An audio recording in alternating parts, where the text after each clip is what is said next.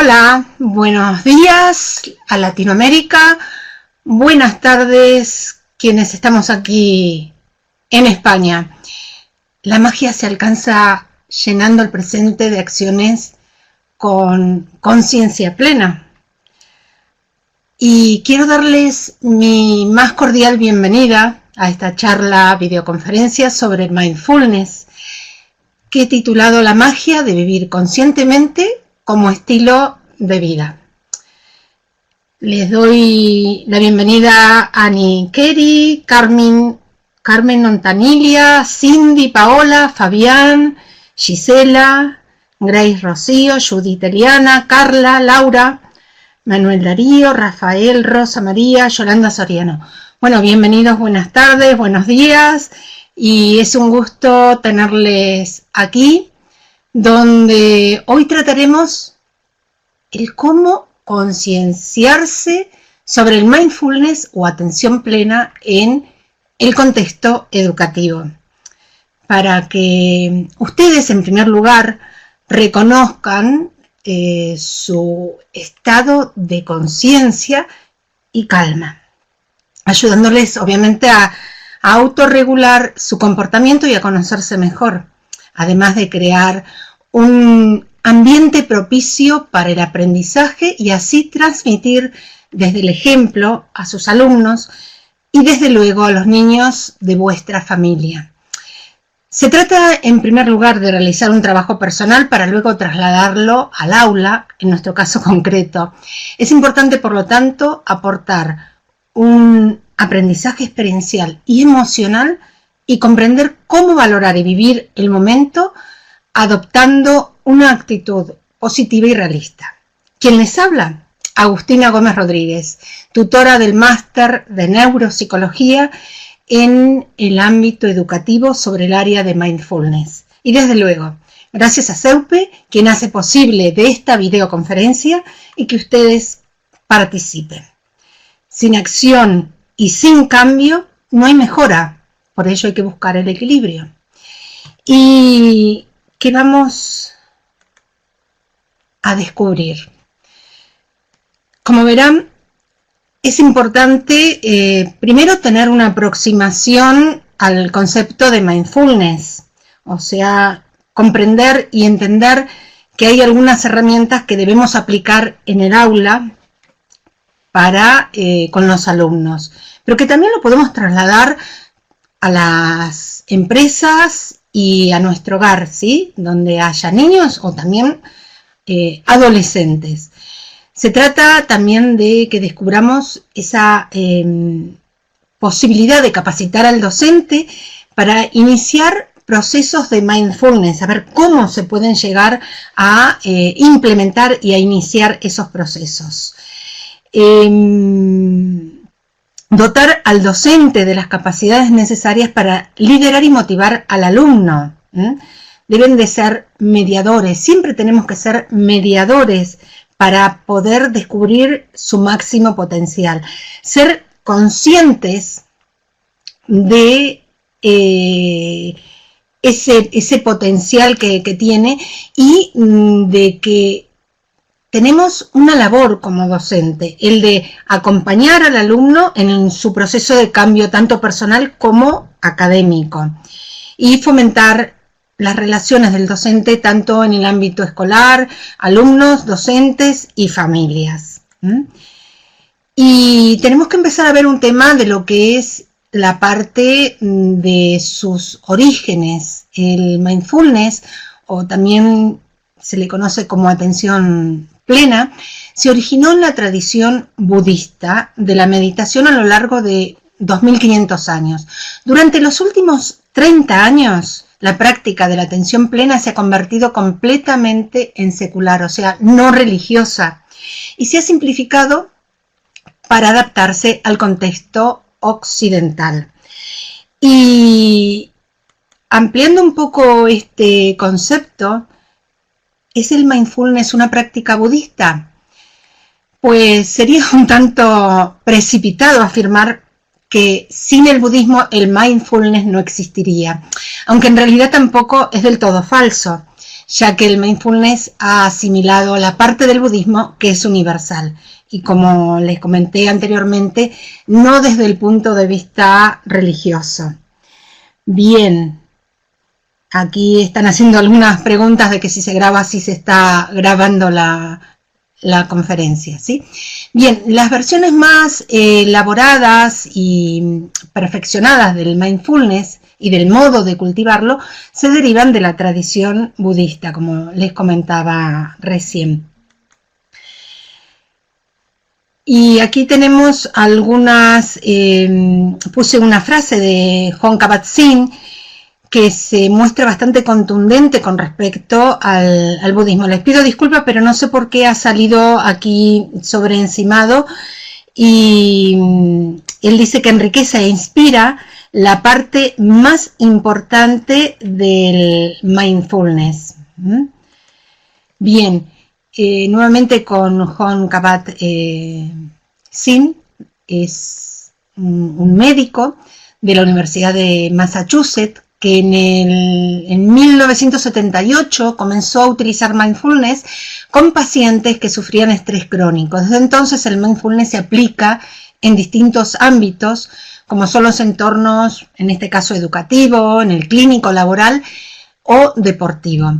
Jon Kabat-Zinn se muestra contundente sobre el budismo, como les decía recién, porque nos recuerda en este acercamiento en la vida de Buda.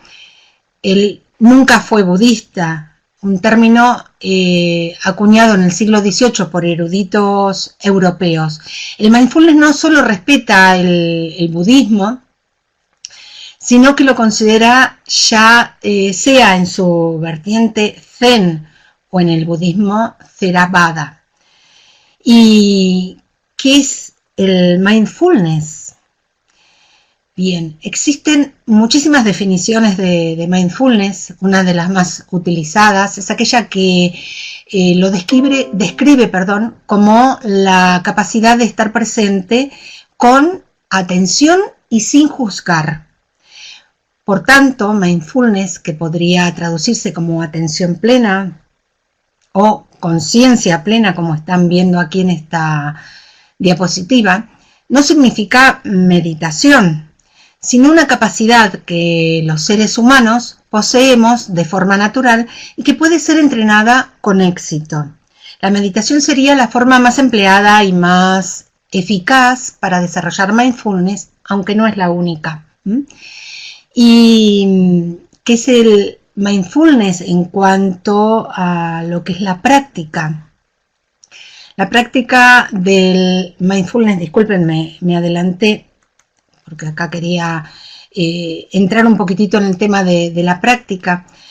La práctica del mindfulness, tal y como se concibe actualmente, no coincide con la concepción ni con el propósito ni con la práctica de la atención plena en la tradición budista. Más bien se refiere a una habilidad inicial de un desarrollo que culmina en estados de aquietamiento mental y profunda observación.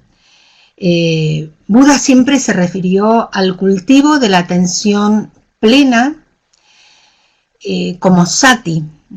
Esto es como el estado que aúna en perfecto equilibrio los dos componentes descritos con anterioridad: estabilidad y equilibrio. Y el estado propio de meditación es aquel en que se desarrolla por igual la concentración y observación sin caer en ninguno de los dos extremos. Como verán aquí, hay un equilibrio entre lo que es la atención y la actitud, es decir, entre la experiencia del presente y la actitud desde la aceptación sin juzgar si es bueno o es malo. Y se trata de cultivar la concentración, ¿no? En este caso, y no olvidarnos de observar. Podemos caer en estados de sueño, de embotamiento, de falta de claridad. Si se cultiva la observación y nos olvidamos de la concentración, podemos caer en esos estados de dispersión mental, ensoñación, distracción.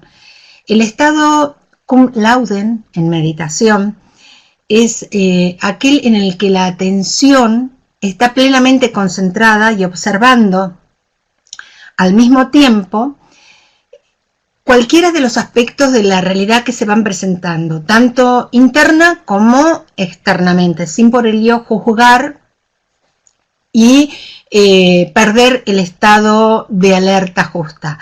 La práctica de la atención plena no es un proceso pasivo, que consiste solo en estar presente, sin juzgar lo que aparece y sin querer cambiarlo en absoluto. La atención plena requiere discernimiento, ya que aúna la comprensión con la compasión, algo que ya veremos más adelante. Con todo esto, la atención plena en el budismo es una práctica enfocada en el bien y la felicidad de todos los seres. La práctica tiene un propósito claro: disolver las raíces de la ignorancia y con ello la liberación del sufrimiento. Por tanto, en la tradición budista, la atención plena va implícita a la voluntad de transformar el dolor y el sufrimiento en bienestar, felicidad y gozo. En definitiva, la práctica, buenas tardes desde Ecuador a Byron, concentración de la atención, sí, la práctica de mindfulness produce y promueve una actitud de estar en el presente sin juzgar, que desafía el estado traumático de distanciamiento emocional del sí mismo.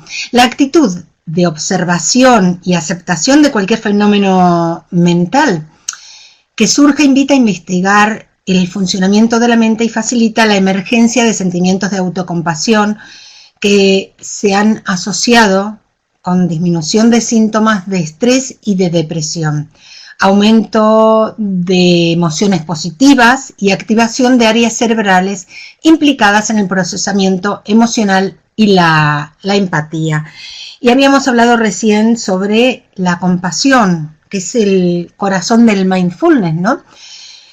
Como primer argumento, la compasión es un componente esencial de la actitud mindful. Podría decirse que es el corazón del mindfulness. El segundo argumento tiene que ver con la creciente comprensión de lo que es la compasión. Comprensión procedente de la investigación científica, sobre todo desde el campo de la neurociencia. La compasión se revela como una actitud de sólida base biológica, de estructura compleja y que es capaz de organizar y motivar globalmente la conducta. Y como tercer argumento, es de carácter eminentemente práctico.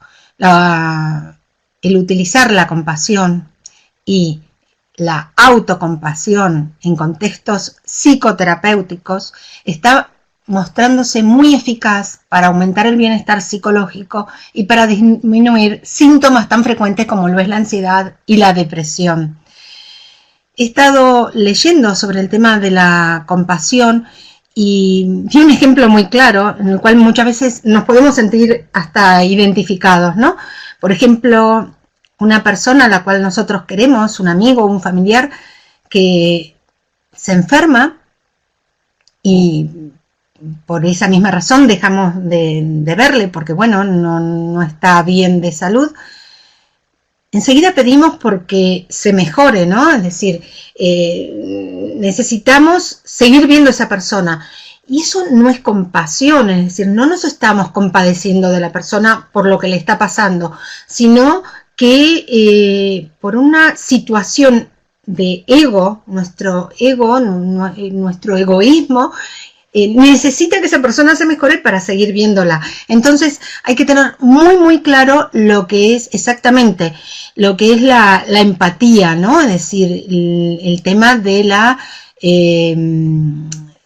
de esa simpatía que se habla en cuanto a sentir por esa persona no solo la necesidad, porque si es necesidad parte desde el egoísmo, sino entender qué es lo que le está sucediendo. Eso es importante. Educador consciente, educación consciente. A ver, es sabido que los docentes jugamos un papel fundamental dentro de la sociedad, ya que nuestra labor no se centra solamente en enseñar conocimientos teóricos, sino que debemos encargarnos de promover valores y habilidades en los alumnos para su buen desarrollo dentro de la sociedad. Ser docente no es una tarea sencilla y la gran exigencia que conlleva hacerlo puede provocar estrés crónico, fatiga emocional y muchas veces hasta problemas de relación con los alumnos.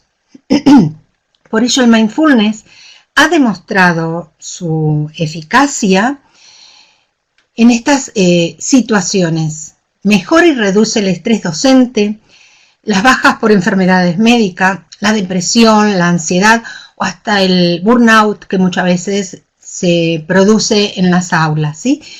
Para educar con propósito y sentido, tanto los padres como los docentes necesitan conservar o recobrar su salud y su bienestar. En primer lugar, es importante realizar la práctica regular de mindfulness, dotando tanto a los docentes como a los alumnos de herramientas que les permitan afrontar situaciones problemáticas y ayudar a mejorar su calidad de vida y su bienestar. La intervención con los alumnos deberá ayudar a desarrollar sus habilidades, por ejemplo, en atención, tranquilidad, tolerancia a la frustración y su capacidad de autorregularse emocionalmente. Como premisa, puede girar en torno al desarrollo de 4 áreas de habilidades: el enfoque, la calma, la compasión y la conexión, que se deben entrenar específica y progresivamente y se deben retroalimentar entre sí. Es importante que estas 4 habilidades deban ser dinámicas, ya que se relacionarán entre sí y a su vez redundarán en otros beneficios personales como mejora del estado de ánimo, mayor eficiencia en los estudios y mejora de las relaciones familiares y sociales. Su principal propósito será capacitar para afrontar el estrés y regular y gestionar las emociones, mejorando la capacidad de atención y desarrollando la sintonía intra e interpersonal. ¿Puedes repetir las 4 habilidades? Sí, por supuesto, claro que sí. Esas 4 habilidades, igual de todas maneras, está siendo grabado y lo van a tener todo en dicho vídeo, ¿sí? Es enfoque, calma, compasión y conexión. Y recuerden que se tienen que retroalimentar entre sí, ¿sí? Para que redunden en beneficios personales en cuanto a esa relación que les comentaba, tanto interpersonal como intrapersonal, ¿sí? Bien, como docente hemos de actuar estimulando y fortaleciendo los procesos de atención y conciencia de los alumnos. La experiencia en el aula para con los alumnos ha de resultar emocionante, gratificante, y para ello nada mejor que relacionar los contenidos académicos con experiencias cercanas de la vida cotidiana. Y para ello se utilizan las metáforas, que más adelante se los voy a comentar qué tipo de metáforas podemos llegar a utilizar. Pero en la vida real, tantas veces alejada de la vida académica, el progreso se alcanza como consecuencia de la resolución de problemas de una forma cooperativa. Y ello requiere deseos, motivaciones, recompensas, en definitiva, activación y eficiencia cerebral. Aunque se reconoce que cambiar patrones de conducta no es un proceso fácil, tampoco es imposible. Y muchas veces me suelo decir que difícil es más cercano que imposible. Por lo tanto, no nos quedemos en el si hubiera, sino que actuemos. El actuar es importantísimo. Y la educación permite de optimizar la atención, alcanzando la excelencia, ¿no? Entonces, educadores felices cambiarán el mundo. Y seguro que sí, dentro del contexto educativo, el mindfulness también se ha puesto en práctica en muchos colegios e institutos. Les doy, por ejemplo, aquí en España, que es lo que yo puedo conocer, son varias las autonomías que están participando en el desarrollo de esta práctica. Por ejemplo, el gobierno de Canarias implantó por primera vez una asignatura obligatoria que recibe el nombre de educación emocional y que incluye la atención plena como parte de su temario. Otro ejemplo es la Junta de Andalucía, que colabora impartiendo cursos sobre inteligencia emocional a través también de la atención plena para formadores. En Aragón se lleva a cabo el programa Aulas Felices. Es decir, cada uno tiene un nombre diferente, pero bueno, todos concuerdan en utilizar diferentes técnicas y herramientas junto al mindfulness. En Cataluña, por ejemplo, es mediante el programa Triba, y en la Comunidad Valenciana se imparte el programa Escuelas Conscientes. ¿Y qué beneficios traen ahora tanto al docente como a los alumnos? Pues en los docentes dicen que la práctica hace al maestro, ¿no? Y aquí tienen una cantidad que podrán inclusive hasta aumentar esta cantidad de beneficios que trae el mindfulness al docente. Y se trata de tomar conciencia que es un estilo de vida. Es decir, si nosotros lo incorporamos como tal, es cambiar desde adentro hacia afuera. Y este estilo de vida que representa el mindfulness optimiza el desempeño y la relación con sus alumnos, provocando un entorno educativo óptimo para el aprendizaje. Es decir, a través del ejemplo vamos a poder empatizar y cooperar con nuestros alumnos. Y entre los beneficios, aparte de estos, tenemos la mejora en cuanto al enfoque atencional y la conciencia, el aquí y el ahora. Optimiza el autoconcepto, mejorando su relación con los alumnos. Solo hace falta voluntad, dice Manuel Darío. Claro, es que la voluntad es importantísima para tenerlo como un estilo de vida, ¿no? Tenemos que, como beneficio, aumenta la receptividad ante las necesidades de los alumnos, fomenta el equilibrio emocional, apoya la gestión y la reducción del estrés, favorece la buena salud de las relaciones personales en el lugar que se encuentran, mejoran el clima del aula y fomenta un entorno óptimo para el aprendizaje, favoreciendo el bienestar general y obviamente la autoestima. Y no solamente hay beneficios del mindfulness en los docentes, también lo podemos ver en los propios alumnos, que verán también la cantidad de beneficios que hay, porque la capacidad de reflexionar y de realizar introspección sobre su mundo interior, las propias emociones y pensamientos con actitud de compasión hacia uno mismo, porque debemos empezar por nosotros mismos para luego poder generar en los demás, aporta beneficios en el bienestar de los alumnos, siendo una parte esencial del entrenamiento de mindfulness. Gracias, Mónica. Interesante tema. Sí, bueno, a mí me apasiona. No sé si quizás hablo mucho, pero bueno, quiero aportarle la mayor cantidad de información. Sé que el cerebro no puede captar tanto, pero bueno, después tendrán también la posibilidad de poder volver a ver alguna parte que les resulte más interesantes que otras, ¿no? Hasta aquí vamos un poquitito con el tema de los beneficios en los alumnos.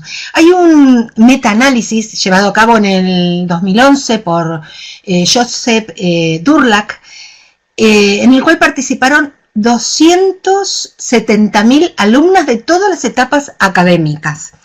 Y concluyó que aquellos alumnos que habían realizado justamente programas de educación socioemocional en su educación primaria, no solo mostraron mejoras significativas siendo adolescentes en cuestiones conductuales, por ejemplo, ser menos agresivos, sino que también obtuvieron una mejora en sus resultados académicos respecto a aquellos que no recibieron esa formación. La regulación emocional es una parte esencial del entrenamiento en mindfulness y son muchos los estudios que han aportado evidencia científica sobre la influencia positiva de la atención plena sobre las funciones ejecutivas del cerebro, como la atención, memoria o flexibilidad mental. Todas imprescindibles para el buen desempeño tanto en lo personal como en lo académico, ¿no?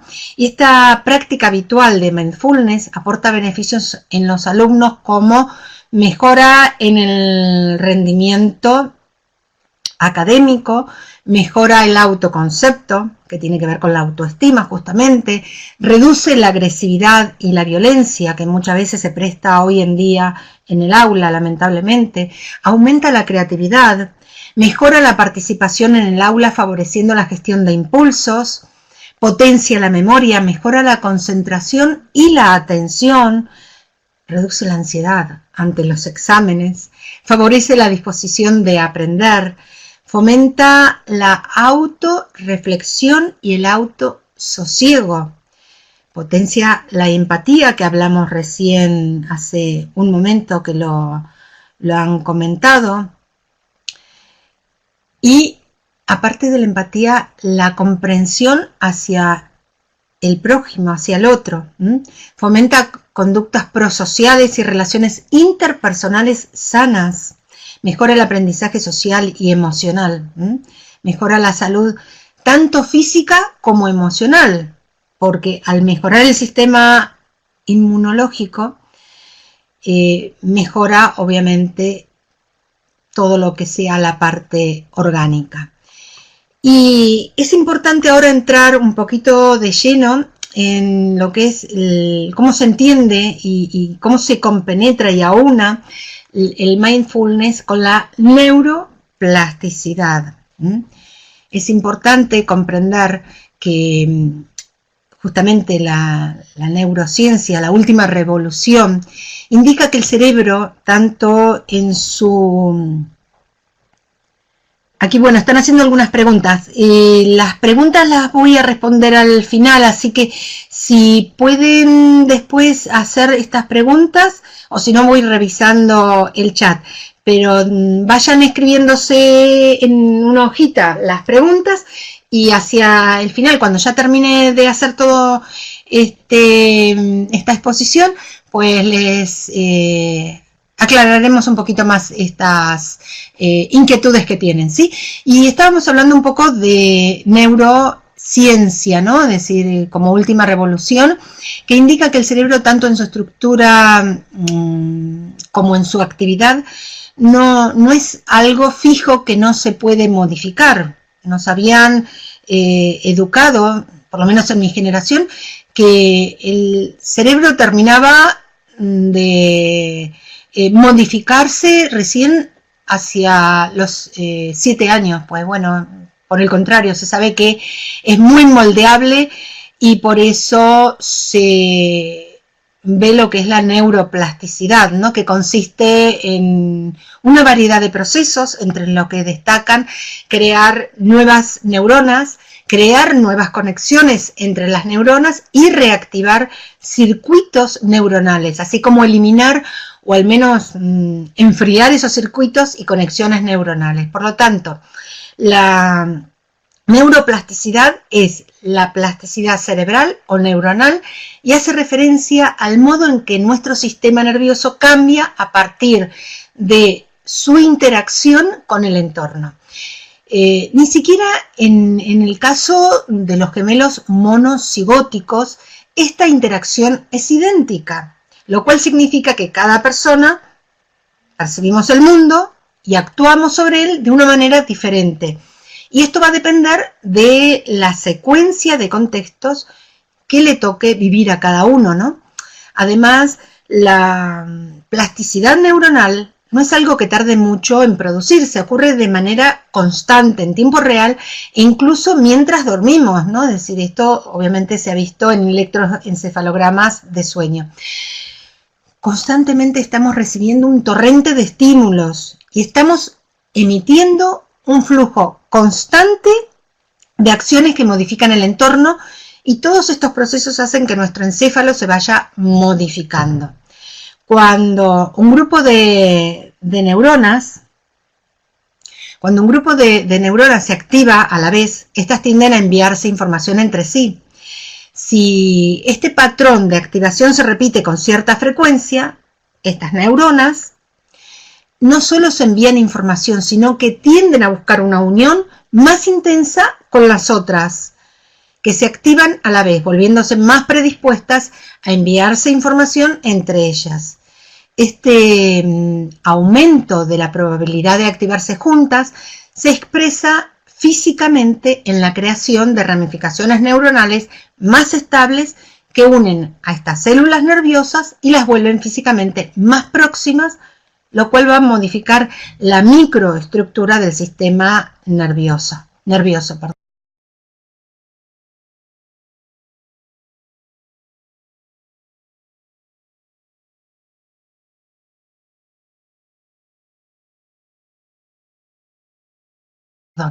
Un ejemplo que les puedo dar, si las neuronas que se activan cuando reconocemos los patrones visuales, por ejemplo, vamos a suponer de una tableta de chocolate, ¿no? Aquí le marca un dulce, se encienden a la vez que las que se activan cuando experimentamos justamente el sabor del dulce, ambos grupos de células nerviosas se van a conectar un poco más entre sí, lo cual va a hacer que nuestro cerebro se modifique, aunque sea un poco. Y lo mismo puede ocurrir con cualquier otra experiencia, ¿no? Es decir, constantemente estamos experimentando vivencias que se dan prácticamente a la vez y que hacen que nuestras neuronas refuercen más sus lazos y otras debiliten más los suyos. Esto ocurre tanto con las sensaciones como con la evocación de recuerdos y de ideas abstractas. Entonces, quedémonos con esta parte de la... Disculpen, estoy un poco de la garganta con tanto aire acondicionado que aquí hace bastante calor todavía, ¿no? Nos quejamos del calor y otros se quejarán del frío, como que nunca estamos conformes con lo que tenemos. Bien, tenemos aquí dos figuras importantes que las puedo relacionar justamente con la neuroplasticidad. Tal como lo describió en su momento, en 1906, el médico español Santiago Ramón y Cajal. El cerebro no está compuesto por una maraña de células compactadas que forman una sola estructura, sino que son cuerpos microscópicos con autonomía y físicamente separadas las unas de las otras, que van enviándose información sin llegar a unirse entre sí de manera definitiva. Son individualidades morfológicas, estamos hablando de las neuronas, ¿no? Que tienen su axón y se conectan a través de ese axón con otras neuronas a través de un impulso bioeléctrico. Con tu conducta y tu pensamiento puedes modificar tu cerebro. Y aquí hay una frase en la cual se le atribuye obviamente a Santiago Ramón y Cajal, que dice que todo hombre puede ser, si se lo propone, escultor de su propio cerebro. Lo leo porque ha salido un poco cortado la imagen. Han sido estos dos casos en los cuales salió cortada la imagen. Y Santiago Ramón y Cajal ha sido premio Nobel en medicina, justamente en fisiología, como les decía, en 1906. Y esta frase creo que es muy, muy conocida. También tenemos a y cito en este caso a Víctor Frank como ejemplo de resiliencia y de el significado de dolor, sufrimiento, porque según Buda, el dolor es inevitable y el sufrimiento es opcional, ¿no? Creo que es otra de las frases que podrán haber visto en varias oportunidades. Y me hago una pregunta para la reflexión. ¿Es el sufrimiento realmente algo que podemos elegir? A ver, la palabra sufrir viene del verbo suferre. Ferre quiere decir algo así como llevar o soportar. Y hasta podría añadir de llevar o soportar un peso, una mochila que duele. Tanto el sufrimiento como el dolor, obviamente que son parte de la vida, aunque en ocasiones sufrimos innecesariamente porque vamos más allá de lo que realmente podría llegar a suceder y que nunca va a suceder. Pero en ese caso el ser humano somos de ir un poquito más allá y vivir quizás, no darnos cuenta del aquí y ahora, sino vivir a futuro cosas que quizás nunca van a pasar. Veamos entonces el significado y la diferencia entre dolor y sufrimiento. Generalmente se utilizan ambos como sinónimos y son totalmente diferentes. El dolor es genuino, es natural, es legítimo y necesario para vivir y seguir aprendiendo y arriesgándonos cada día un poco. En cambio, el dolor es proporcional, miren lo que les digo, el dolor es proporcional a la pérdida que tuvimos. Puede comprender varias emociones, como por ejemplo la tristeza o la rabia. En cambio, el sufrimiento es una elección, incluso a veces es una posición de vida, una manera de mostrarse ante los demás. Recuerden el victimismo. El sufrimiento puede durar toda la vida, aunque el hecho que lo provocó ya haya pasado. Ante el sufrimiento no solo intervienen emociones, no solo intervienen esas emociones que hace un momento les comenté, como puede ser la tristeza, la rabia, la furia, sino que también intervienen los pensamientos, que pueden llegar a ser hasta obsesivos. Eso es esa jaula de grillos que se suele decir que tenemos, ¿no? Y ya lo dijo Bert Hellinger, no sé si han escuchado hablar de él, teólogo, pedagogo y filósofo alemán, y es conocido por ser quien desarrolló las constelaciones familiares, una terapia que postula que los miembros de toda una familia se influyen recíprocamente en su salud y en su conducta. Y él ha dicho, sufrir es más fácil que actuar. Y es cierto, actuar pasa por abrirnos al dolor, aceptarlo. Aceptarlo no implica comprenderlo, ¿no? En cuanto a resignación. No, es acogerlo y expresarlo para que lo podamos atravesar y pasar a la siguiente emoción. Se trata de eso. Entonces, me gustaría que pasáramos en este tema de neuroplasticidad en relación con el cerebro, porque es muy importante ver cómo tenemos áreas cerebrales que están relacionadas con la atención. Y aquí lo que les puedo comentar es, a ver un segundo, que me he quedado aquí. Bien, con respecto al tema de las áreas cerebrales relacionadas con la atención, quiero comentarles un poco lo siguiente, porque es importante cómo se procesa en el cerebro, ¿sí? En nuestro cerebro. La atención representa uno de los factores cruciales en la crisis educativa actual. Y creo que quien ejerce como docente lo sabe cuánto cuesta que nos presten una atención adecuada, ¿no? Para poder continuar con el aprendizaje. Su orientación está guiada a través de los actos voluntarios y nos conduce a la concentración. Pero, como alguien en algún momento dijo, obviamente la voluntad ejerce un papel muy importante. Vamos a analizar qué revela la neurociencia cognitiva sobre su localización en el cerebro, la existencia de ciclos claves, la influencia de componentes químicos y biológicos y factores que centran nuestra atención. La atención constituye una focalización de nuestra conciencia que permite filtrar la información de forma adecuada. Asumiendo los diferentes tipos en los que se puede clasificar la atención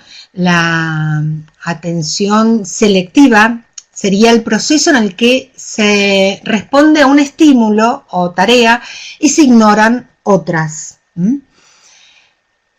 Ante el asedio o la gran cantidad de estímulos sensoriales a los que somos sometidos, la atención filtra la información recibida, precediendo y desempeñando un papel fundamental en la percepción, la acción y la memoria. El hecho de que algunas regiones cerebrales que intervienen en el comportamiento voluntario también intervienen en procesos de atención, confirma su función decisiva en la unidad de la experiencia consciente. Nuestro organismo requiere un mecanismo neuronal que lo regule y lo focalice, dado que la capacidad de nuestro cerebro para procesar información sensorial es más limitada que la capacidad de sus receptores para captar el entorno. Es decir, la información entrante supera la capacidad de procesamiento de nuestro sistema nervioso. Ese mecanismo imprescindible es la atención. Y existen ciclos claves de nuestro cerebro que oscilan entre 90 y 110 minutos y nos permite mantener esa atención. Diversos estudios demuestran que la atención sostenida solo puede mantenerse durante cortos periodos de tiempo que no superan los 15 minutos, aunque hay obviamente elementos distractores que nos alejan de la atención rápidamente cada 6-8 segundos. Aparece aquí el factor temporal como una variable decisiva en el aprendizaje, y es que además a nivel neuronal se requiere tiempo para fortalecer esa sinapsis, esa conexión entre neuronas y no tener que responder a otros estímulos generados. Como el aprendizaje de nuevos conceptos o destrezas requiere un tiempo de procesamiento y asimilación, los docentes deberíamos organizar nuestros contenidos en bloques que no superaran los 20 minutos. Eso desde luego a nivel presencial. Después de cada bloque, para facilitar el aprendizaje y optimizar los ciclos de atención, deberíamos invertir unos minutos, un momento, en reflexionar sobre lo explicado o descansar para que la mente pueda seguir prestando atención. Y siguiendo con todo este tema de la neuroplasticidad del cerebro que recién les he comentado, creo que me he ido para atrás en algún momento. Les pido disculpas. A ver qué ha pasado aquí. Me está faltando una diapositiva en la cual no sé qué ha pasado, porque tenía justamente, bueno, la parte, lo vemos aquí en esta. Verán que tenemos en esta figura también el hemisferio izquierdo y el hemisferio derecho, ¿sí? La corteza cerebral se divide justamente en dos hemisferios claramente delimitados, como les decía recién, derecha e izquierda, además de varios lóbulos cerebrales diferentes. Y vemos aquí en esta imagen justamente las áreas que están relacionadas con la atención, y cómo la atención está integrada por componentes perceptivos, motrices y motivacionales. Y vamos a ver un poco la neuroanatomía por encima, obviamente, para comprender cómo se procesa la atención. Por un lado verán que tenemos, que sería la parte aquí de adelante del cerebro, como de este otro lado, tenemos el córtex prefrontal. Y su función es netamente ejecutiva. Se refiere a las habilidades y aptitudes cognitivas, como lo es la capacidad de anticipación, la fijación de metas y el inicio y mantenimiento de la acción. La toma de decisiones y la inhibición de la conducta, la planificación en base a la memoria, la capacidad de modificar nuestras estrategias o la de elaborar conceptos e ideas abstractas. La corteza prefrontal tiene importantísimas conexiones con una gran cantidad de regiones cerebrales, tanto corticales como subcorticales, como por ejemplo, no sé si habrán escuchado sobre el sistema límbico, tan importante y tan relacionado con las emociones. Los ganglios basales, relacionados justamente con la rutina, el hipocampo, el tálamo y el resto de los lóbulos cerebrales. Es por ello por lo que influye y se ve influida por una gran cantidad de informaciones provenientes de muy diversas regiones, resultando imprescindible para la correcta gestión de la conducta y de nuestros recursos. Luego tenemos el córtex parietal posterior, que se los estoy señalando aquí con el puntero, ¿sí? Justamente este córtex parietal posterior se corresponde a las áreas de Brodmann, participando en la integración de la información visual, porque tenemos la parte visual, la tenemos justamente en la parte posterior, en la parte parietal, y la parte somatosensorial. Por ejemplo, en el caso de las sensaciones de la piel, ¿no? Tales como el calor, el frío, el dolor, todo lo relacionado con el tacto. Y verán luego aquí abajo de la parte del córtex parietal frontal el giro fusiforme, que es la parte del lóbulo temporal, que está un poquito más abajo y es responsable en gran medida solo para percibir la presencia de un rostro. Incluso los objetos no vivos que se asemejan a rostros causarán una impronta en esta región para activarla. Y por último tenemos aquí abajo la sustancia reticular, tanto en el hemisferio izquierdo como en el hemisferio derecho. Tenemos la sustancia reticular, donde se destaca el SARA. Supongo que habrán escuchado hablar en algún momento de este sistema activador reticular ascendente. La formación reticular controla los niveles de conciencia y el despertar.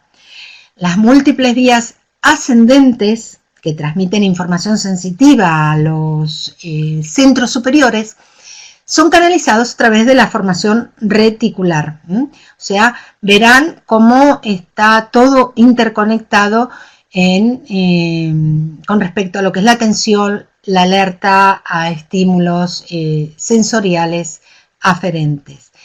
El sistema justamente de activación reticular ascendente, el SARA que les comentaba recién, es una región amplia del cerebro que incluye a esta formación reticular y sus conexiones son las responsables de la regulación del estado de vigilia y las oscilaciones diurnas y nocturnas. Por ejemplo, no sé, les doy un caso, estoy sin móvil y necesito una cabina telefónica. y de pronto no me he percatado dónde se encuentran y comienzan a aparecer. Es que le he mandado una información a mi cerebro para que se percate de algo importante. Verán que la atención en el SARA es muy importante porque es una red neuronal que ejerce influencia excitadora en todo el cerebro. Y así sucede con todos los mecanismos que nosotros utilizamos a diario. La importancia que tiene la atención justamente con el mindfulness, es decir, comprender cómo interactúa nuestro cerebro justamente con la atención, ¿no? ¿Y qué sucede en el cerebro al practicar mindfulness?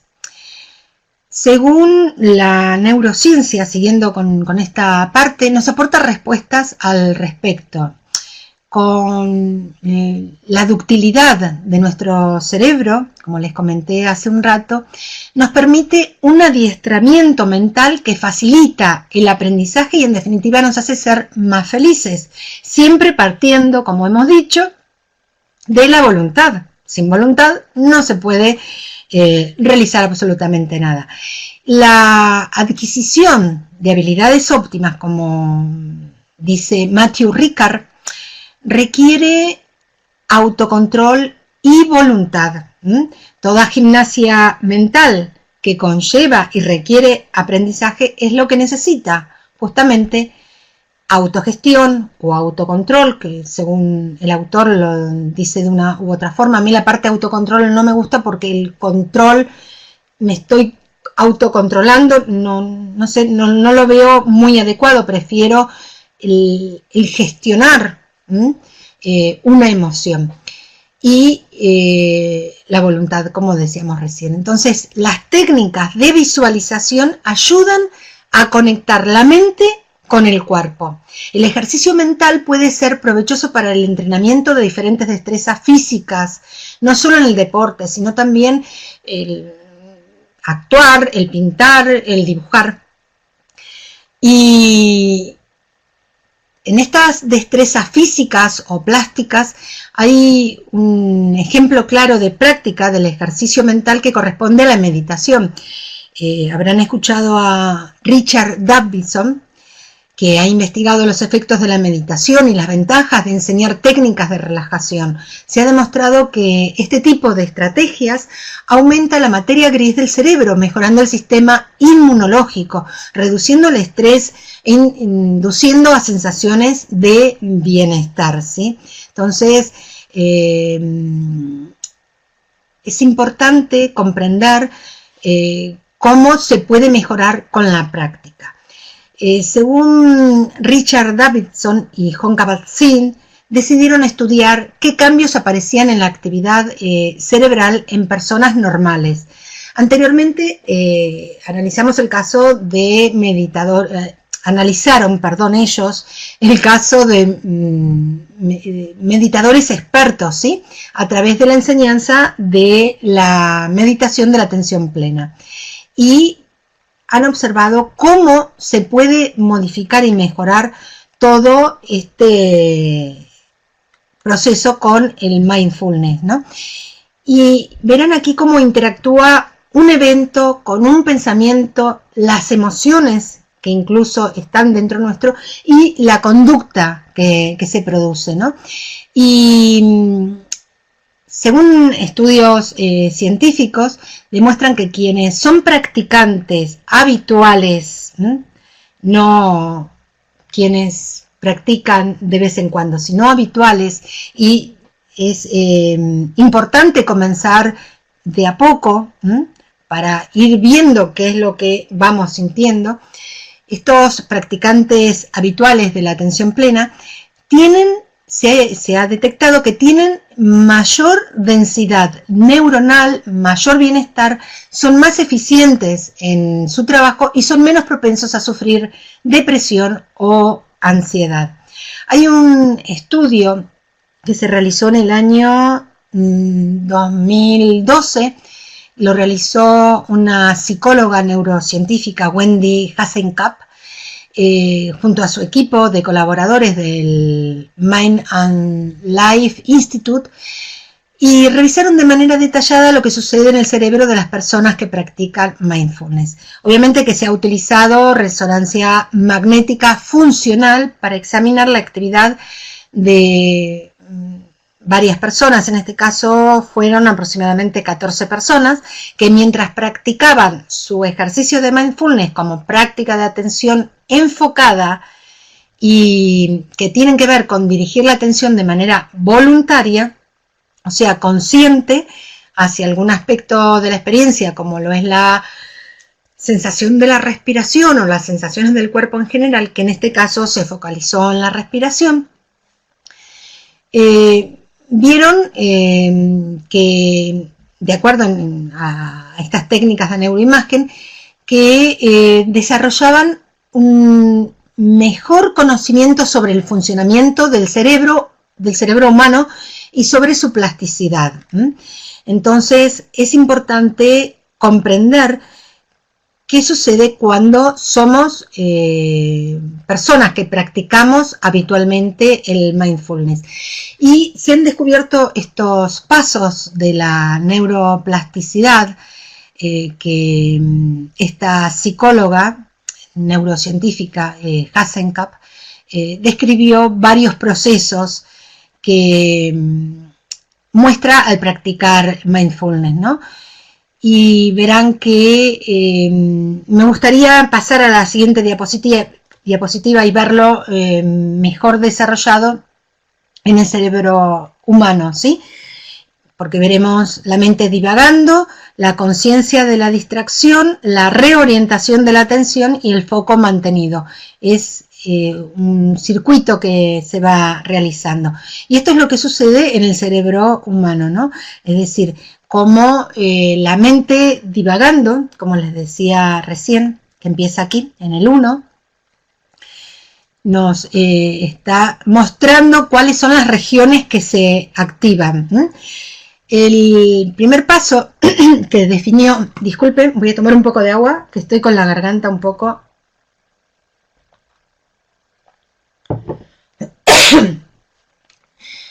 así, medio mal. El primer paso entonces que definió como mente distraída o mente que está divagando es en el caso en que estamos soñando despiertos, ¿sí? Y nuestra mente no está enfocada en algo en particular, sino como algo difuso, o justamente como la palabra lo dice, de que no está totalmente enfocada en sí. En ese momento, en el grupo de estudio, se iluminaba la corteza cingulada posterior. Entonces, vemos aquí en los distintos lugares que se empiezan a iluminar en el momento, a través de la resonancia magnética funcional, se comienza a iluminar. Y la zona justamente del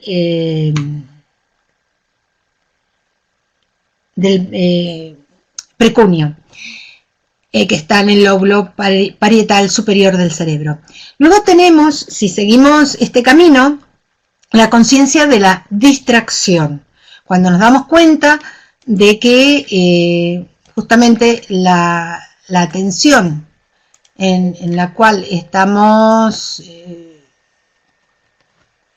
esa atención que no está enfocada en el objeto del ejercicio, se activan otras áreas relacionadas justamente con ese control ejecutivo. Es decir, al darnos cuenta de que estamos divagando, se ilumina otras áreas, es decir, que son importantes para la autorregulación y el control justamente. Está relacionado justamente con la parte de la corteza prefrontal, como en algún momento se los había comentado. Luego, siguiendo el próximo paso, tenemos la reorientación de la atención, y en este paso se activan dos áreas principales. La corteza justamente prefrontal, dorsolateral, que se encuentra justamente en la parte frontal del cerebro, el lóbulo frontal, y el lóbulo parietal inferior. Vemos cómo se iluminan. Estas zonas nos permiten salir de la distracción y reorientar nuestra atención a las sensaciones de la respiración. Y luego, por último, tenemos el foco en la respiración. Al mantener la atención en la respiración se activa justamente la corteza prefrontal dorsolateral, es la que continuamente verán que es la que más se reactiva. Se trata de una región que se activó al redirigir la atención a la respiración en el punto 3, al mantener el foco en la respiración. La corteza prefrontal dorsolateral continúa activa. Piensen que toda la parte de lógica está justamente en la zona prefrontal y está relacionada con la atención y con la memoria de trabajo. Así que verán que este proceso de activación de redes neuronales es cíclico, donde aparecen a veces alguna distracción, aparecen pensamientos, recuerdos, y perdemos la concentración en la respiración. Y cambiamos el foco de atención volviendo nuevamente al punto 1, que empezamos a divagar, a soñar despiertos, y tras ello nos damos cuenta de que hemos perdido el foco de atención y volvemos a mantener el foco en la respiración. De eso se trata el mindfulness, es decir, muchas veces me han comentado de que les cuesta mantener el foco de atención y que empiezan a venir muchísimos pensamientos, emociones.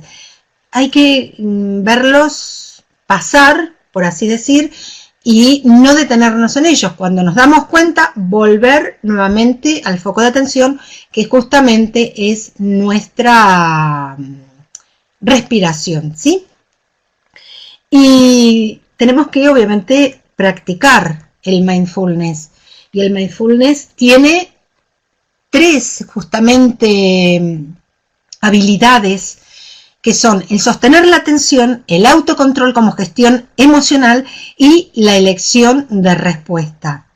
Es importante estos 3 conceptos para ver qué pasa con las interferencias, con los pensamientos, con algo que nos incomoda, con estímulos no deseados, y volver a ese foco que es nuestra respiración. Ese autocontrol como gestión emocional es prestar atención a la respiración sin enjuiciamientos, dejando que aparezcan las interferencias sin enjuiciar, no reaccionar automáticamente ante eso, volver otra vez a ese foco de atención, prestar atención otra vez.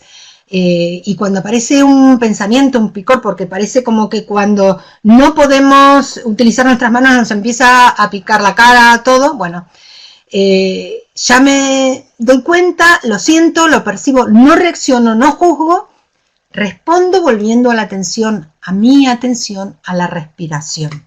Hay un ejercicio que lo pueden hacer.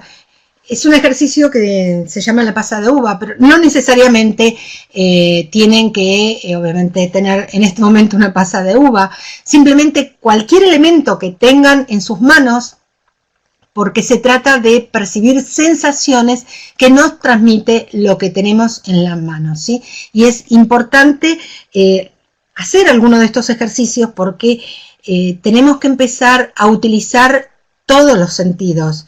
El sentido táctil, como sería en este caso, el sentido del olfato, el sentido del gusto, pero en este caso se trata del sentido el sentido táctil, de ver qué percibimos sin pensar qué es lo que tenemos, es decir, qué nos produce, ¿sí? Es uno de los ejercicios que les puedo comentar. Luego, hay 7 cosas diferentes que hace quien practica justamente mindfulness. Y no los voy a comentar porque ya estamos casi sobre la hora y quiero también seguir avanzando un poquito, que falta unas diapositivas, pero verán que es importante practicar justamente y comenzar de a poco para comenzar a ver los cambios. Los cambios comienzan desde adentro hacia afuera y desde uno hacia los otros, que es importantísimo. La magia de mindfulness, que por algo lo titulé así, ¿no? La magia se alcanza llenando el presente de acciones con conciencia plena. Nuestro cuerpo está en el presente, pero ¿y nuestra mente? ¿Qué pasa con nuestra mente? Que vive allí en el futuro, ¿no? En lo que haré y si pasará y lo que hubiera sido en el pasado. Entonces, empezar a darnos cuenta de qué está pasando, ¿no? Y la realidad es subjetiva, cada persona la vive y la interpreta en base a su criterio, aunque si la experimenta cuando sucede, no está en el recuerdo o la imaginación, está haciendo mindfulness. Entonces, sin darse cuenta, muchas veces lo estamos haciendo sin saber qué es mindfulness lo que estamos realizando. Entonces, debemos asumir nuestra capacidad de observador del momento, porque ello nos empodera, nos convierte en agentes responsables y conscientes de nuestras decisiones con una perspectiva privilegiada, la que da la calma de nuestra mente, la que nos convierte en un agente paciente del reflejo de lo que sucede, como si fuéramos un espejo que puede reflejar ante el que se refleja ahora. Vivimos aquí y ahora, aunque no siempre somos conscientes de ello. Y la conciencia convierte en magia la realidad. Las mejores cosas de la vida suceden cuando está uno en ella. Solo puede disfrutar del sabor de una comida si focalizamos la atención en el sentido del gusto y el olfato. Muchas veces comemos apresurados y no disfrutamos. Solo puede disfrutar un masaje si nos centramos en las sensaciones placenteras que nos provoca. Solo puede ganar un partido quien se concentra en las jugadas que está realizando. Solo puede superar el dolor si nos atrevemos a experimentarlo hasta que desaparezca. Solo puede crear magia quien hace. Y les había comentado el tema del poder de las metáforas, ¿no? Las metáforas son importantes en nuestra vida y quien las practica, cuando practica mindfulness, obviamente que está prestando atención a algo importante. El tema de dejar pasar esas distracciones como son los pensamientos y las imágenes y emociones para enfocarnos realmente en nuestra respiración en el aquí y ahora. Le voy a dar un mínimo ejemplo de cómo imaginar que los pensamientos, por ejemplo, son como aves que vuelan por el cielo, aparecen por sorpresa, permanecen en nuestro campo de visión un rato y después siguen su camino hasta que dejamos de verlas. Es decir, es utilizar una metáfora imaginando que nuestros pensamientos se convierten en algo. Pueden ser unas burbujas que salen de una cacerola de agua hirviendo y flotan y comienzan a disiparse. Puede ser una persona que es conocida y la encontramos en la calle, la reconocemos, le saludamos y nos despedimos con una sonrisa para volver a nuestro foco de atención. Quizás también le resulte eficaz imaginar esos juegos de la infancia como el escondite. Entonces aparece un pensamiento y ahora imagina que es como el compañero, el amiguito que tenía de juego, al que descubre, le felicita por ello y enseguida lo suelta con alegría, pues el juego tiene que continuar y hay otros compañeros, otros pensamientos que atrapar. Entonces, ese sería el fin de una metáfora, el de utilizar imágenes que nos resulten evocativas de algo. Y bueno, llegamos al final de aquí de nuestra charla. justo me he puesto la alarma, así que he llegado justo al tiempo que me he propuesto. Sin antes comentarles, es decir, con respecto a que en las próximas diapositivas, que ahora igual se las voy a pasar, les comparto libros como sugerencia para ampliar todo lo expuesto y donde me digamos, apoyado en cuanto a todo lo que le he presentado en esta charla. Verá que tiene varias referencias bibliográficas. Entonces, yo ahora lo que les puedo decir es que no se queden con la duda.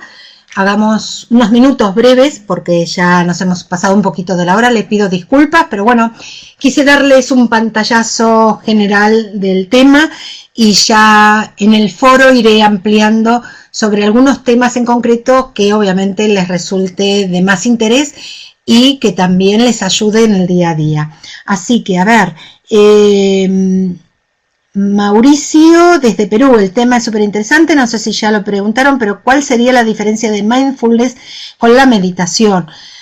A ver, hay una diferencia subliminal prácticamente, porque hay diferencias entre lo que es una meditación, en la cual hay distintos tipos de meditación. Yo, por ejemplo, he practicado meditación trascendental, en la cual tengo una palabra en la cual me concentro, o sea, no me estoy concentrando en el aquí y ahora y en mi respiración, sino me estoy centrando en algo diferente. Entonces sí hay una gran diferencia, porque con mindfulness nos centramos en ver qué está pasando con mi cuerpo, qué sensaciones me produce la respiración en mi cuerpo en la medida que yo utilizo ese foco de atención, como les comentaba recién. Fácil de seguir y con ganas de profundizar. Me alegro, Carmen, que se profundice, y lo importante no es comenzar, sino continuar, porque podemos comenzar muy ahí, con muchos deseos, con muchas ganas, y resulta que después nos desinflamos, ¿no? Ahí interviene nuestro cerebro, la parte amigdalina, no las amígdalas de acá, sino la de nuestro cerebro, la parte límbica, la que nos da ese chute de adrenalina, de serotonina, que nos impulsa, pero después empiezan los ganglios basales a acomodarnos y dejar de hacer. Entonces lo importante es practicar de a 5 minutos, comencemos, y después vamos subiendo a medida que vamos incorporando como hábito. Esto es un hábito. La voluntad se ejerce como hábito. Bien, formación continuada, Manuel. Que se le multiplique su tiempo, Manuel. Bueno, gracias. Bien, no sé si hay más preguntas. A ver, me voy a ir un poquito para atrás por las dudas que me haya pasado alguna. Bien, bueno, la conducta es lo que define nuestra personalidad y autoestima. Bueno, la personalidad está compuesta por nuestro carácter y nuestro temperamento.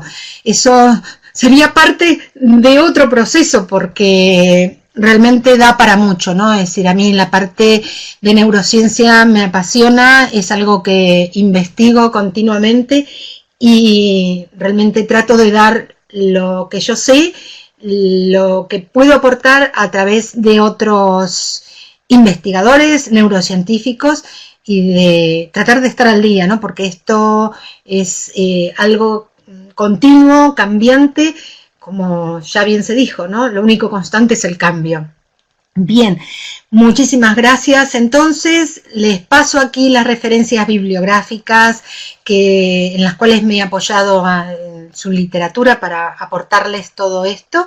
Después lo verán ustedes con mayor tranquilidad cuando vean justamente el vídeo grabado, y verán que me he apoyado mucho en Daniel Goleman en cuanto no solamente a inteligencia emocional, sino a inteligencia social y al foco que nosotros le ponemos, y la fuerza de la compasión, importantísimo comprenderlo.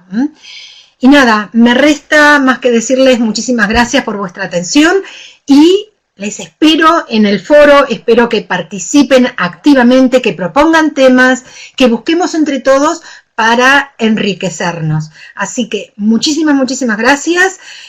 Que tengan una excelente comida. Aquí ya es la hora de la cena y nos vemos